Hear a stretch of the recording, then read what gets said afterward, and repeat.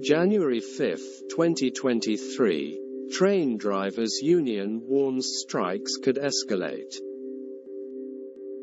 Some train lines in England will not run at all today after drivers at 15 firms walk out.